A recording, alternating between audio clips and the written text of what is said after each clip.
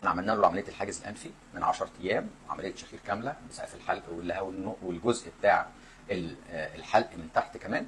دلوقتي احنا رايحين نعمل ايه؟ رايحين نشيل له الدعامه، وعايزين نشوف هل بعد 3 مرات حاجز انفي للاسف عمله ما اتحسنش. دلوقتي حالا هنشيل له الدعامه ونشوف رايه ايه في المره الرابعه.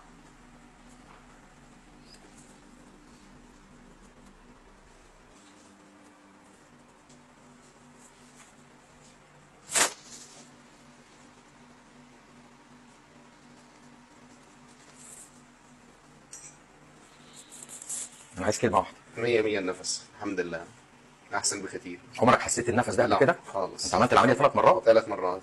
اول مره احس بالنفس كده كويس خالص الحمد لله. خد نفس تاني. ها 100 الحمد لله. الحمد لله على سلامتك.